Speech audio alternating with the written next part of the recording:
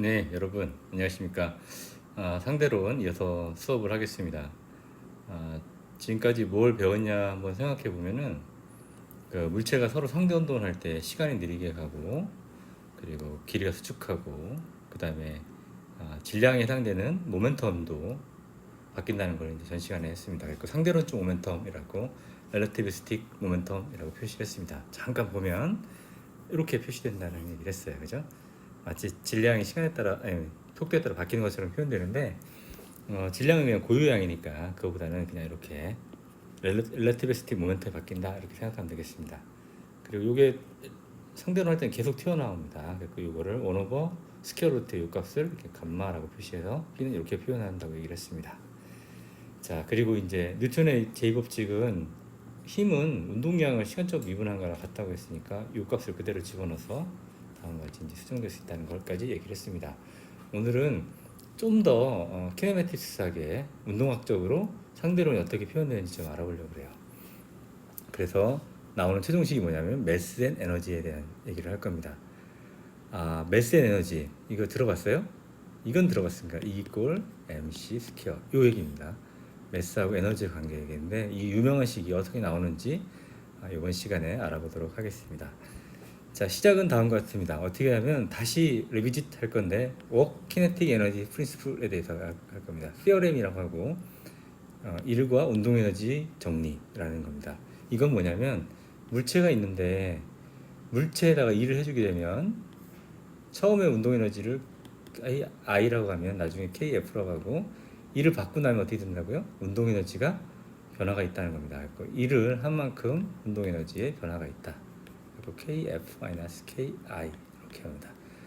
자, 이걸 바로 뭐라고 합니까? 1 운동에너지 정리라고 얘기합니다. 1 운동에너지 정리. 워크 키네틱 에너지 프린시플 또는 CRM이라고 얘기해요. 자, 요거를 다시 한번 상대론적으로 한번 풀어보려고 합니다. 다시 얘기하면 뭐냐면 한 운동에너지 변화량은 한이라고 같다라는 겁니다. 그대로 쓰게 되면 다음과 같이 돼요. 키네틱 에너지는 변화는 한이라고 같다라는 것입니다. 자, F를 뭘 쓸까요? 네, F는 아까 얘기한 대로 상대론에서 정의한 이렇게 운동량을 시간에 미분하는 값을 써갖고서 정의합니다. 이게 한 일이라는 거 알죠? FDS. 그렇죠. 같이 있지만 같은 방향으로 움직였다고 가정하고 이렇게 썼습니다. 자, 이렇게 F 대신에 요거 dp의 dt, dp, dt 값을 쓰게 되면 다음과 같이 나오고요.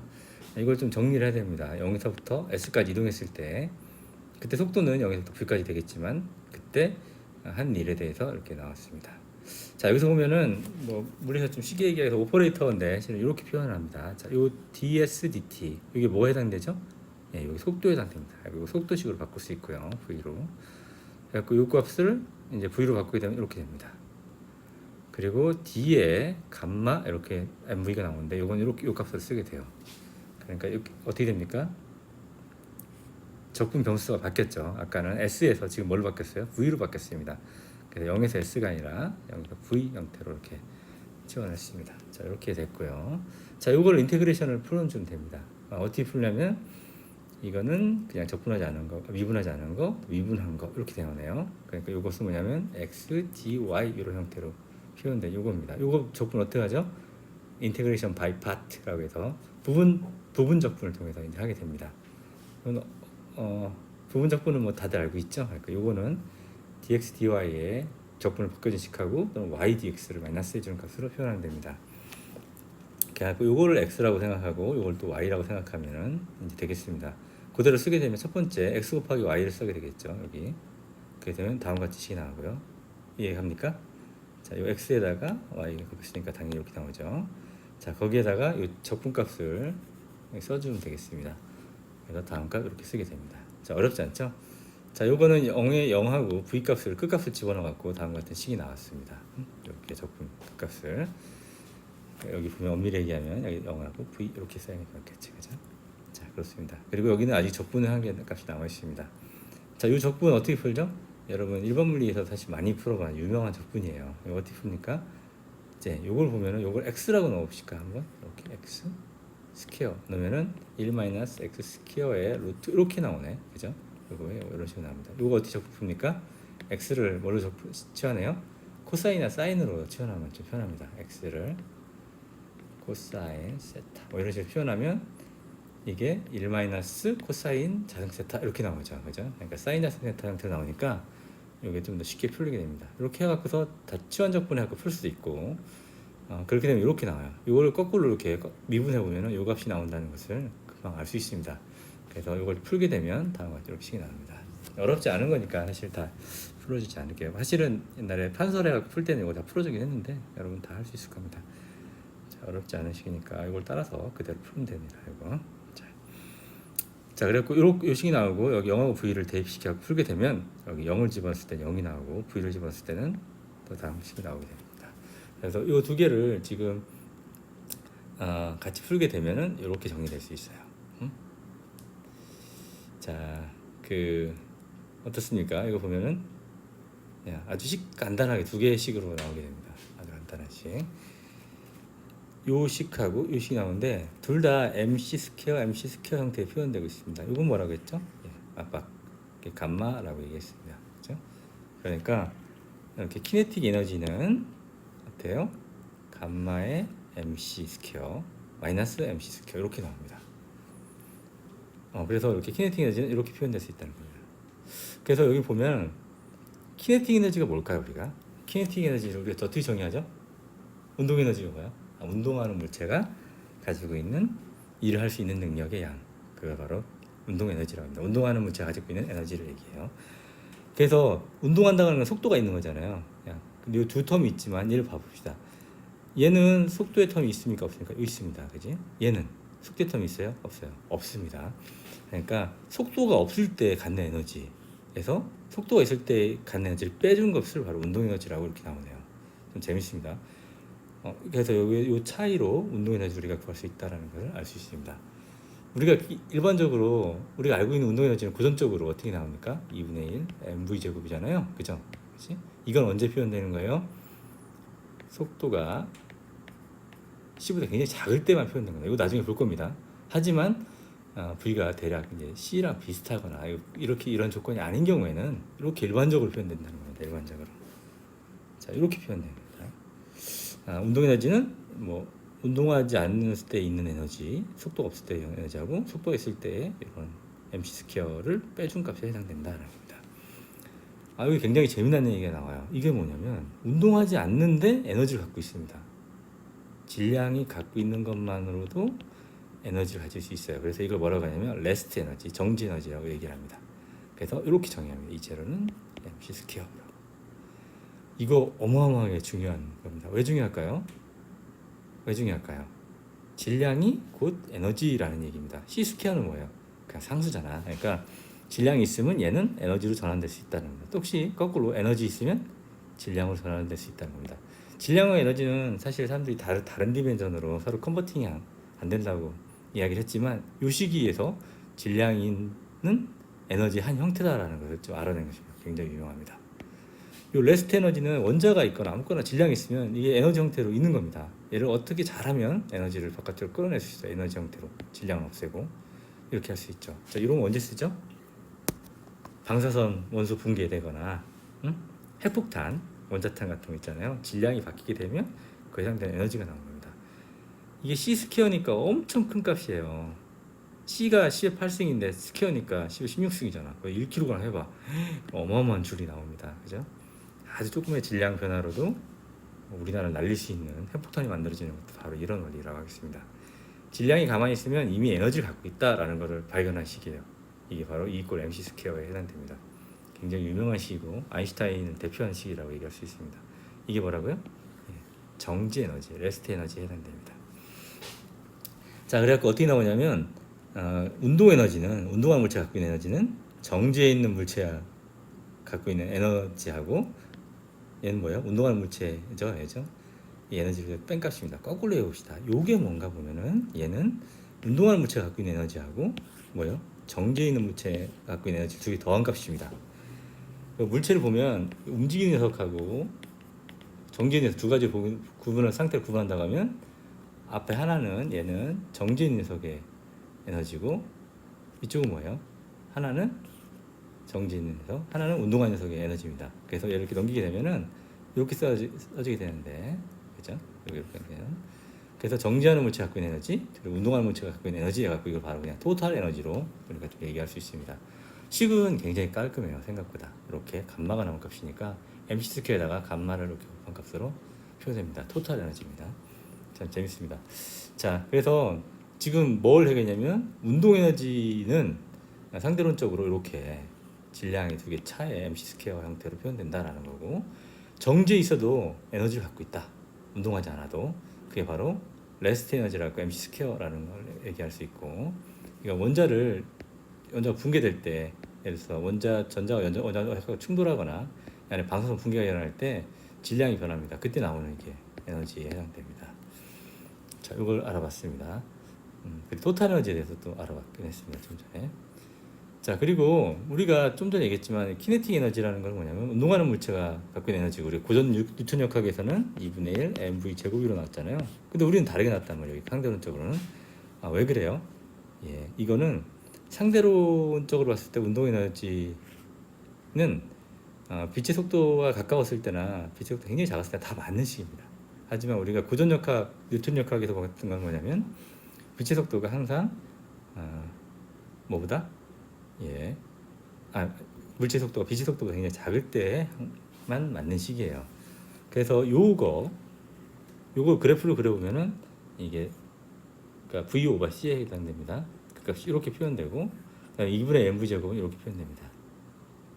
이게 속도가 올라가면서 얘는 V 스퀘어 형태로 표현되지만 얘는 그보다 좀 더 복잡하게 이렇게 올라가게 돼요.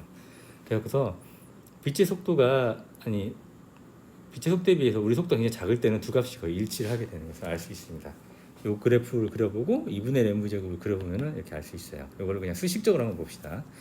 그러니까 키네틱 에너지가 굉장히 로우 스피드에서 어떻게 나오는지 봅시다. 아까 키네틱 에너지는 바이 데피니션 이렇게 나왔고요. 요식을 그냥 갖다 썼습니다. 그다음에 감마값 집어넣고 쓰게 되면 이렇게 나와요. 자, 여기는 이제 레스트 에너지니까 속도에 대한 디펜던스 같고 요것만 있게 됩니다. 그래서 요 안에 루트 값을 이제 어프록시메이션을 할 겁니다. 언제? 이렇게 속도가 굉장히 작을 때 테일러 익스펜션 해갖고 세컨 텀까지만 끌어나게 돼요. 이렇게 되면 어떻게 됩니까? 요거가 다음과 같이 이렇게 되죠. 이렇게 되는지 여러분 알 수 있죠? 요게 알 수 있습니다.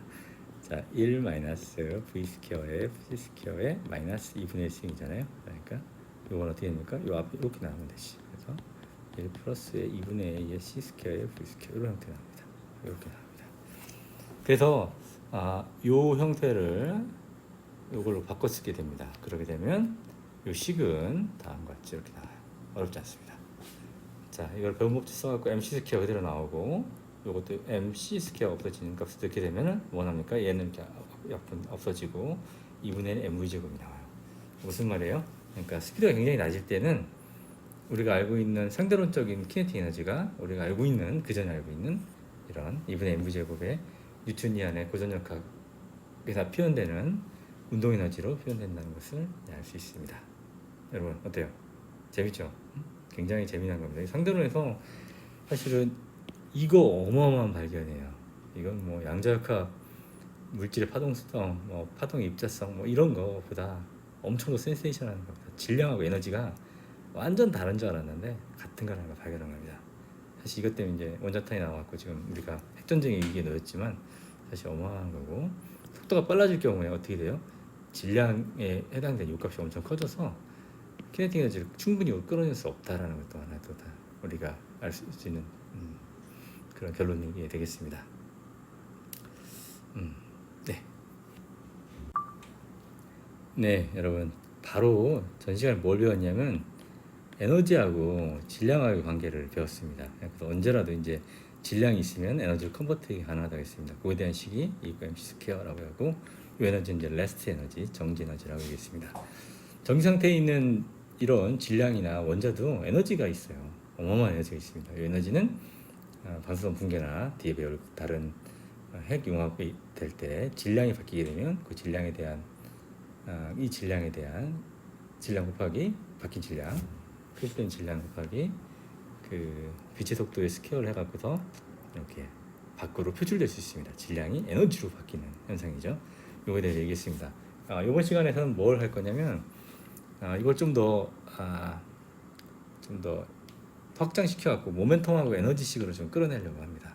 우리가 이제 이런 얘기를 했거든요. 뭐가 더 펀더멘탈하냐? 우리가 매스하고 벨러시티에 대해서 굉장히 이제 펀더멘탈한 값이라고 생각하고 있습니다. 왜냐하면 매스가 하나 있고 얘가 시간에 따라 움직이는 거, 시간에 따라서 움직이는 거, 속도라고 하죠. 속도로 갖는 거. 이걸 뭐라고 합니까? 운동이라고 합니다. 운동. 그러니까 질량의 녀석이 시간에 따라 움직이는 거, 이걸 바로 운동이라고 하는데, 우리가 운동을 기술하는 것이 이제 물리기 때문에 이 매스나 벨로시티는 굉장히 좋아 보입니다. 하지만 나중에는 매스가 없는 녀석도 풀어야 돼. 매스가 직접 이동하지 않는 것도 풀어야 되고, 웨이브라든지 아니면 포톤이 됩니다. 그러니까 매스는 사실은 펀더멘탈한 양이 아닐 수 있습니다. 그리고 매스나 벨로시티보다 좀 더 펀더멘탈한 양은 뭐냐면 에너지하고 모멘텀이에요. 진짜 그럴 것 같아요? 여러분 생각해 봅시다. 우리가 여름에 지금 누워 있어요. 그 일광욕을 하고 있다고 봅시다. 광합성인가요? 네, 일광욕을 하고 있어요. 그러면 태양으로부터 어떤 에너지가 오죠, 그죠? 태양으로부터 에너지가 오는데 태양은 빛으로부터 오는데 그 빛은 질량이 없습니다. 속도는 있고, 그죠? 얘는 없는데 에너지 있는 상태죠, 그죠? 그리고 나중에 알겠지만 빛을 맞고 따갑게 느끼지 않지만 사실은 모멘텀까지 전달합니다. 그러니까 실은 매스나 벨로시티보다 이게 좀 더 리얼리스틱한 값이라고, 우리서 파동이나 질량이 없는 입자나 질량인 입자를 다 포괄할 수 있는 양이라고 할 수 있어요. 그래서 그 매스 에너지와 모멘텀에 대한 식으로 좀 더 상대론적인 식을 끌어내려고 합니다. 첫 번째 뭐냐면 바로 전 시간에 배운 이게 토탈 에너지한 식입니다. 토탈 에너지 식은 잘 기억하겠지만 이렇게 감마에 MC 스퀘어 이렇게 나옵니다. 그래서 이 감마 값을 집어넣게 되면 이 값이 해당되죠. 이렇게 나옵니다. 자, 그리고 모멘텀식도 렐러티비스틱 모멘텀도 이렇게 나오죠. 감마의 MV. 그래서 보면 감마의 MV. 자, 이렇게 나옵니다. 자, 여기서 우리가 좀 재미난 걸 해봅시다. 요걸 스퀘어를 채워봅시다. 다. 그럼 이렇게 나옵니다. 이 스퀘어가 다음까지 나오고, 스퀘어로 더 없어진 상태에서 여기다가는 스퀘어를 취해놓고 C를 곱해줘요. C 스퀘어를. 그럼 다음과 같은 식으로 나옵니다. 이거 왜 했을까? 라고 보면 되게 비슷한 식들이 있어요. 그래서 한번 두 개를 이렇게 빼줍니다. 뭐가 나올까? 한번 빼줍시다. 한번. 자, 그렇게 되면 어떻게 되죠? 여기서 이걸 빼는 값이네. 자, 그러면 이제 분모가 같으니까 다음과 같은 식으로 정리가 되고, 여기서 어떻게 됩니까? C의 4승으로 묶어내 봅시다. M 스퀘어 C의 4승 이렇게 묶어내게 되면 다음과 같은 식이 요 분자에 나오게 돼요. 근데 이 분자는 이 분모랑 똑같이 되네. 그래서 약분이 됩니다. 이렇게. 어렵지 않죠, 여러분? 그래서 이런 식이 나옵니다. 굉장히 간단한 식이 나와. 다시 정리를 하게 되면 마이너스가 있으니까 플러스 정리하고, 이 스퀘어는 에너지 스퀘어는 PC라는 값의 토탈 스퀘어에 모멘텀이고 빛의 속도인데 이거 스퀘어에다가 MC 스퀘어를 스퀘어하는 값과 같다. 이렇게 나옵니다. 이건 마치 뭐예요? 피타고라스 정리 같아. 그죠? 이 스퀘어가 MC 스퀘어하고 PC 스퀘어라고 나옵니다. 이 모멘텀에다 빛의 속도를 곱한 값의 스퀘어에다가 레스트 에너지, 그냥 정지 상태 에너지를 스퀘어한 값은 마치 에너지 스퀘어 상태로 나온다는 겁니다. 굉장히 에너지하고 모멘텀, 상대론적으로 봤을 때 에너지하고 모멘텀이 연결되는 피타고라스 정리 같은 그런 식이에요. 굉장히 재밌죠, 그죠? 에너지, 모멘텀, 그다음 레스트 에너지, 질량까지도 포함한 아주 좋은 식입니다. 봐봐요, 에너지, 모멘텀, 빛의 속도는 컨스턴트니까 들어가고, 그다음에 질량밖에 없어. 어마어마한 식입니다. 자, 이 식이 이제 나왔습니다. 자, 이 식을 보게 되면 그래서 질량을 가진 입자가 모멘텀 P를 가질 때 그때 토탈 에너지가 얼마냐 이렇게도 또 표현할 수가 있겠어요. 그렇죠? 자, 우리 질량 가지는, 그러니까 질량 가지든 안 가지든 항상 표현할 수 있는 식이 바로 이 식이라고 얘기를 할 수 있습니다. 그냥 뭐 어썸션이 하나도 없습니다. 자, 근데 요거 한번 볼까? 이 상태에서 에너지하고 모멘텀을 따로 한번 봅시다. 자, 에너지를 끌어놨습니다. 여기 에너지, 모멘텀. 자, 질량이 없을 때 에너지는 어떻게 될까요? 일단 질량이 없을 때 질량이 없으면은 질량 0이면 에너지 0이죠. 그죠? 모멘텀 어때요? 질량이 0이면 당연히 0이 됩니다. 하지만 봅시다. 질량이 0일 때 요 값도 0이 되면 어떻게 될까? 요 값이 0이려면 어떻게 돼요? 요 1 마이너스 요것도 1이 되잖아. 그러니까 V가 C랑 같으면 됩니다. 그렇게 되면 이것도 0이고 이것도 0이 돼요. 그래서 0 오버 0입니다. 이게 됩니다. 응이 되네. 응. 예. 0 오버 0. 0분의 0은 뭡니까? 예, 부정이에요. 어떤 값을 갖고 있지만 그 값을 이제 디파인할 수 없는 값입니다. 이런 값이 존재할 수 있다는 겁니다. 무슨 말이냐면 질량이 0인 녀석이지만 얘가 빛의 속도를 갖고 있으면 에너지를 갖고 있다는 얘기입니다. 원래 없었는데 질량이 있는 녀석들은 질량이 없으면 에너지가 0이었는데 질량이 없지만 얘가 빛의 속도면은 에너지 갖고 있다는 얘기입니다. 재밌습니다, 그죠? 메슬리스 파티클이에요. 이것도 봅시다. 자, 질량이 없지만 얘가 빛의 속도면 역시 모멘텀도 갖고 있다는 얘기입니다. 그 질량이 없더라도 빛의 속도를 갖게 되면 항상 에너지하고 모멘텀을 갖고 있을 수 있습니다. 그래서 질량이 없을 때 이걸 없애버리면 질량이 없는 식이 되겠죠, 그죠? E가 PC라는 값이 됩니다. 이거 대단합니다. 질량이 없는 입자가 있다고 합시다. 있습니다. 뭐예요? 우리가 알고 있는 광자 뒤에 배울 겁니다. 빛, 이건 질량이 없는 녀석이에요. 그래서 얘는 빛의 속도까지 갈 수 있는 것 중에 하나입니다. 유일한 거죠, 그죠? 이 녀석은 질량이 없는 녀석은 빛의 속도일 때 다음과 같은 식을 만족시킵니다. 다시 좀 얘기할 게 좀 헷갈렸는데, 자, 그러니까 메스리스 파티클은 매스가 없는 질량이 없는 녀석들은 빛의 속도를 가지고 있을 때 그때 E 이퀄 PC라는 요식을 만족하게 됩니다. 이걸 만족시키는 가장 대표적인 것은 뭐냐고요? 포톤이라고 이제 광자가 되겠습니다. 자, 여러분 어때요? 재밌죠? 이거 상당히 에너지하고 이거는 질량이 있고 없고 다 쓸 수 있는 아주 굉장히 좋은, 아까 얘기한 피타고라스 정리 같은, 그냥 재밌게 그려놨지만 아주 렐러티비스틱하게 굉장히 좋은 그런 식이 되겠고, 이 식으로부터 질량이 없는 입자가 다음과 같은 에너지와 모멘텀을 가지고 있다는 것을 알 수 있고, 다음 릴레이션을 만족한다는 것도 알 수 있었습니다. 네, 여러분, 챕터 1이 그 제목이 상대론입니다. 렐러티비티인데 지금까지는 이제 특수 상대론에 대해서 배웠어요. 근데 이제 일반 상대론을 좀 얘기를 하려고 합니다. 일반 상대론은 한 학기 코스예요. 4학년 때 한 학기 동안 배우는 책 엄청나게 두꺼운 그 상대론입니다. 일반 상대론이에요. 그래서 특수상대론 아주 조금 배우고 일반 상대론 확 넘어가서 엄청나게 깊게 배웁니다. 하지만 현대물리에서는 그냥 약간 맛배기만 보여줄 거예요. 자, 특수상대론에서 일반 상대론 어떻게 넘어갔냐를 트윈 파라독스에서 잠깐 얘기를 했습니다. 그 트윈 파라독스를 보게 되면 그 하나는 지구에 있고 하나는 어떻게 됩니까? 우주여행을 하고 다시 또 지구로 돌아오죠. 그러니까 누가 더 늙었을까라는 거. 왜냐하면 지구에 있는 녀석이 봤을 때는 우주여행하는 애가 움직이고 있고, 우주에 있는 녀석이 봤을 때는 지구가 상대적으로 움직이고 있으니까 서로 시간이 늦게 갔다고 얘기를 한 것이 바로 트윈 파라독스였습니다. 하지만 이렇게 돌아오기 때문에 어떻게 돼요?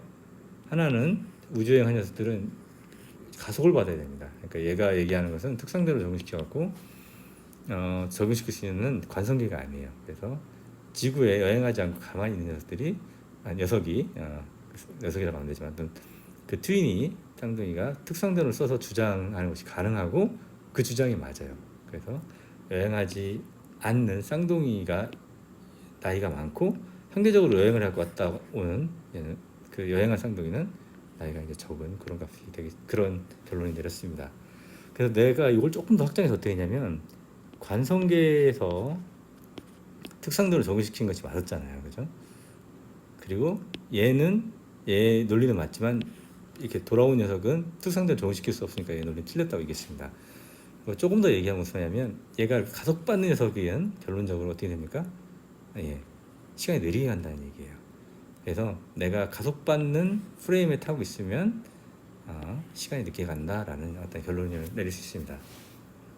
가속받는 프레임이 늦게 간다. 이게 트윈 파라독스의 아주 재미난, 아주 굉장히 좋은 결과예요. 가속받는 프레임이 시간이 늦게 간다는 거. 특성들은 어디에만 적용시키느냐를 또 알려주지만 트윈 파라독스가 가속받는 프레임이 시간이 늦게 간다는 것에 큰 또 결과를 하겠습니다. 여기에 뭘 발견했냐면 아인슈타인이 일생에 가장 멋진 생각이라고 한 바로 이퀴벌런트 프린시플이라고 합니다. 등가의 원리라고 해요. 등가 원리. 이게 뭐냐면 가속받는 프레임이 있어요. 내가 여기 있습니다. 이제 한다. 가속받는 프레임인데 내가 여기 타고 있고 이쪽으로 쫙 엑셀레이션을 받고 있습니다. 그럼 내가 이쪽으로 힘을 느끼게 됐죠. 마치 우리가 엘리베이터를 타고 푹 가속받을 때 밑으로 뭔가 당겨진 것처럼 느껴지잖아요, 그지? 마치 중력이 증가한 것처럼 느낍니다, 그죠? 요 가속받았을 때 밑으로 느껴지는 이런 중력하고 진짜 중력하고 여기 쥐고 있을 때 요것하고 어떻게 하다고요? 이퀴벌런트하다는 겁니다. 구분이 안 된다라는 겁니다. 그래서 뭐 무슨 얘기냐면 이펙트인데 무슨 이펙트냐면 produced by gravitational field, 중력장에 의해 생기는 것하고 그 다음에 엑셀레이션, 프레임이 엑셀레이션에 갖고 생기는 그런 효과하고는 서로 구분할 수 없다, 같다라는 겁니다. 그래서 무슨 말이냐면 가속받는 프레임하고 중력하고는 똑같다는 얘기예요. 무슨 말이냐면 아까 얘기했잖아요. 가속받는 프레임에서는 시간이 늦게 갔다잖아. 그 얘기 뭐예요? 중력하고 구분 안 되니까 어떻게 중력이 있는 곳에서는, 중력이 센 곳에서는 시간이 늦게 간다, 이렇게 또 얘기할 수 있습니다. 그래서 중력에 의해 시간이 늦게 갈 수 있다라는 이런 결론이 나오게 돼요, 1차적으로. 근데 되게 재미있는 게 시간이 늦게 간다는 말은 도대체 뭘까라는 걸 우리가 상대론에서 계속 배웠지만, 시간의 불균일성 뭐 이렇게 얘기하면 됩니다. 저기 중력이 있다, 태양이 있다고 여기하고 여기 중력이 여기가 제일 세겠죠. 제일 약하다고 합시다. 그러면 이쪽에 가서 시간이 늦게 갑니다. 시간이 늦게 가. 시간이 여기하고 시간이 달라요. 그죠? 그 말은 지금 뭐예요? 얘가 속도 같으려면, 여기에 해당되는 비속도 같으려면 공간에도 역시 다르게 바뀐다는 거죠. 시간 지연이 일어나거나 랭스 컨트랙션이랑 이러겠습니다. 그래서 조금 어려울 수 있는데, 시간이 늦게 간다는 말은 뭐냐면 그냥 이렇게 얘기했습니다. 시간하고 공간하고 서로 균일하게 우리 공간에, 아니 우리가 이 메스 주위에 분포해 있지 않다, 이렇게 얘기를 할 수 있습니다. 다시 얘기하면 중력에 의해 시간이 늦게 간다는 얘기는 이제 시간과 공간이 하고 커플되어 있습니다. 떨어질 수 없는 상황이기 때문에 이 질량 주위에 있는 시간과 공간들이 이 질량에 의해서 중간에 이렇게 틀어져 있다라고 얘기를 할 수 있습니다. 일정하게 분포되어 있지 않다.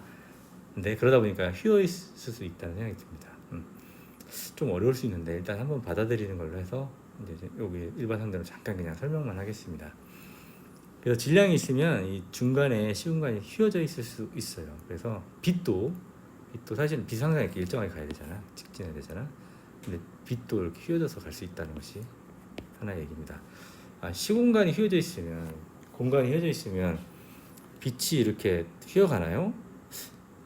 잘 모르겠죠, 그죠? 예를 들어서 이렇습니다. 우리 평행선 공리 같은 거 알아요? 평행선은 두 개의 평행선은 서로 만나지 않는다라는 겁니다. 하지만 공간이 휘어져 있거나 그러면 얘들이 만나게 돼요. 어디서 경험할 수 있죠? 예, 그렇습니다. 지구가 그렇습니다. 지구가 있고, 지구의 이퀘이터 적도에서 봅시다. 여기서 봤을 때 평행선 선이 하나 있고 직각한 선이 있고, 여기 또 직각한 선이 하나 있습니다. 이 직각한 선은 서로 이제 만나지 말아야 되는데 어떻게 가다 보면 폴에서 이렇게 만나게 되죠, 그죠? 여기 직각이라는 말은 뭐냐면은 이런 겁니다. 평행선이 선이 하나 있고 선이 하나 있으면 여기도 직각 이렇게 걷으면 얘도 직각 이렇게 될 거 아니야. 자, 이걸 바로 이제 평행선이라고 얘기하는데, 이렇게 한다 하더라도 한다 하더라도 이 공간이 이렇게 휘어져 있는, 이렇게 비유클리드 공간이라고 하는데, 이렇게 구처럼 휘어져 있는 이런 공간에서는 이렇게 두 개가 만나게 돼요. 직진하는 두 빛이 이렇게 만나듯이 똑같습니다. 좀 어려울 수 있는데 하여튼 뭐 그것 때문에 질량이 많은 근처에서는 빛이 이렇게 가야 되는데 그렇지 않고 디플렉션이라서 이렇게 갈 수 있습니다. 그래서 여기 입장에서는 여기 빛이 하나인데 이렇게 해서 하나 있고 이쪽에서도 하나가 있는 거야. 그 두 개가 마치 여기 하나 여기 있는 것처럼 보일 수 있습니다. 쌍둥이 별. 또는 4개로 보일 수 있고 6개도 보일 수 있어요. 그래서 지구에서 먼 은하를 관측할 때 보면은 별들이 쌍둥이 한 4개, 6개들이 많이 관측된다 그래요. 그게 사실은 처음에 그런 우주에는 왜 이렇게 쌍둥이 별이 많지? 이렇게 생각할 수 있었는데 그게 아니라 실은 요 중력 렌즈 때문에 하나가 꺾여갖고 이쪽에서 보이는 것처럼 하나, 2개 있는 것처럼 보이는 그런 현상이었다고 합니다.